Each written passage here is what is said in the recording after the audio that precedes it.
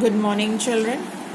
Today we will study that how many images are formed by a pair of mirrors placed perpendicular to each other. But before that, let us recall some important points which we studied in the previous videos. In the beginning of the lesson, you were told about objects. Anything that gives out light is considered as an object. An object can be luminous as well as non-luminous. Luminous objects emit their own light, while non-luminous objects reflect the light that falls on them. And all the objects follow laws of reflection. All the rays, follow the laws of reflection. Right? After that, you were told a very important point which you will be using throughout the chapter, that human eye perceives the image to be coming from a straight line path and never perceives a V path. It is because human eye knows very well that light travels in a straight line, therefore it will always assume that the object which emits light is obtained only by following the rays that are falling on it. That means on human eye. And this concept actually helped you to understand one important point, that plane mirror always form virtual image. Okay? And how do you get the virtual image? You get virtual image by extrapolating the reflected rays. What are reflected rays? Reflected rays are the rays which are bounced back from the mirror. And what do you mean by extrapolating? Extrapolating means extending those reflected rays backwards, or tracing those reflected rays backwards. And apart from this, you studied some more characteristics of the image that are formed by plane mirror. The next big topic that you studied was the concept of multiple reflection due to presence of two mirrors. And then you studied this formula. In fact, you were told about two formulae. You were told that if theta is the angle between the two mirrors, then the number of image n is obtained by dividing 360 and theta, or by using the formula 360 upon theta minus 1. So why are we using these two formulae? We are using these two formulae because the number of images that we obtain should always be an odd integer. And some examples were also explained to you. Based on this concept of multiple reflection or multiple image formation, the very first example that you did was the case when two plane mirrors were kept parallel to each other. And this was somewhat the arrangement of the mirror was, that there were two mirrors that were kept parallel to each other. During the explanation of this example, you were told that reflected light or reflected rays can be reflected again. And apart from this, the concept of virtual object was also introduced in this topic. So let us recall quickly what we did in this diagram.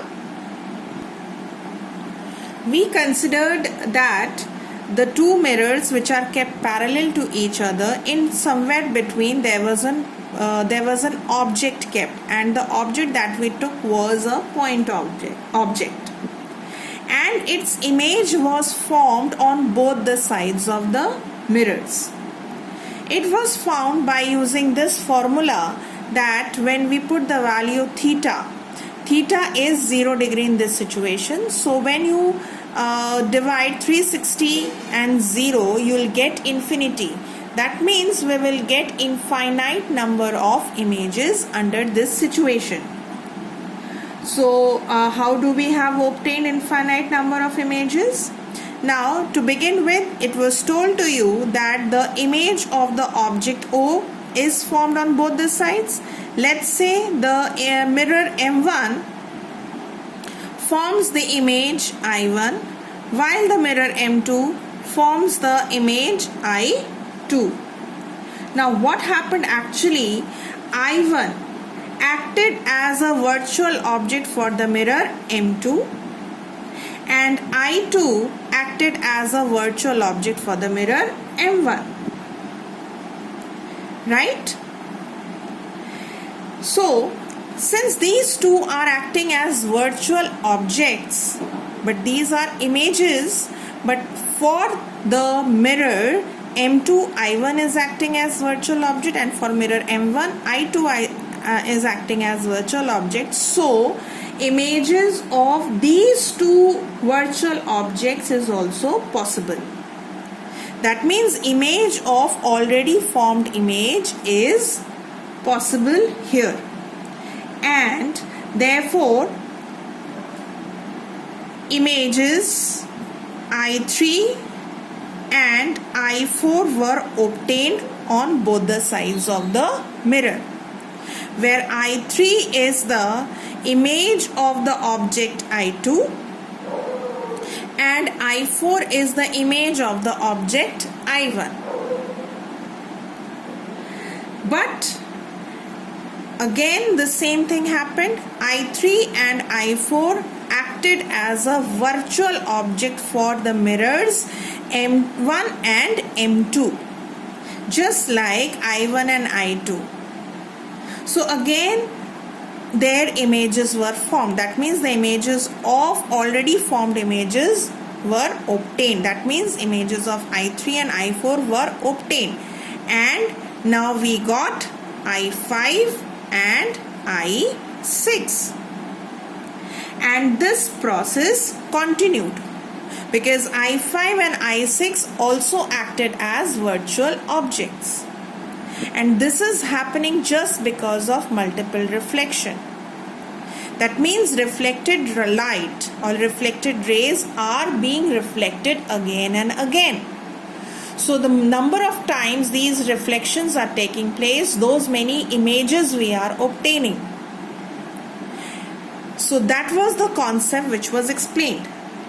So in the end, what we learned that due to successive reflections with these images acting as virtual objects for these two mirrors M1 and M2, we are able to get infinite number of images when the object is kept between these two parallel mirrors.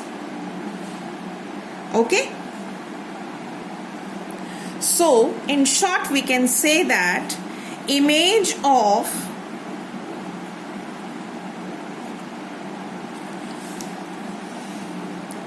already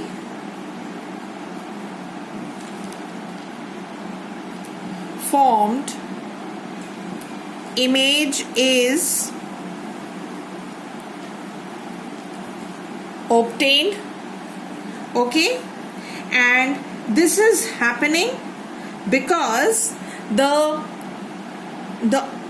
image of first mirror is acting as object for second mirror. Why is this happening? Because image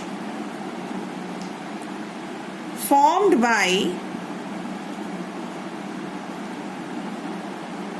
first mirror is acting as object for second mirror.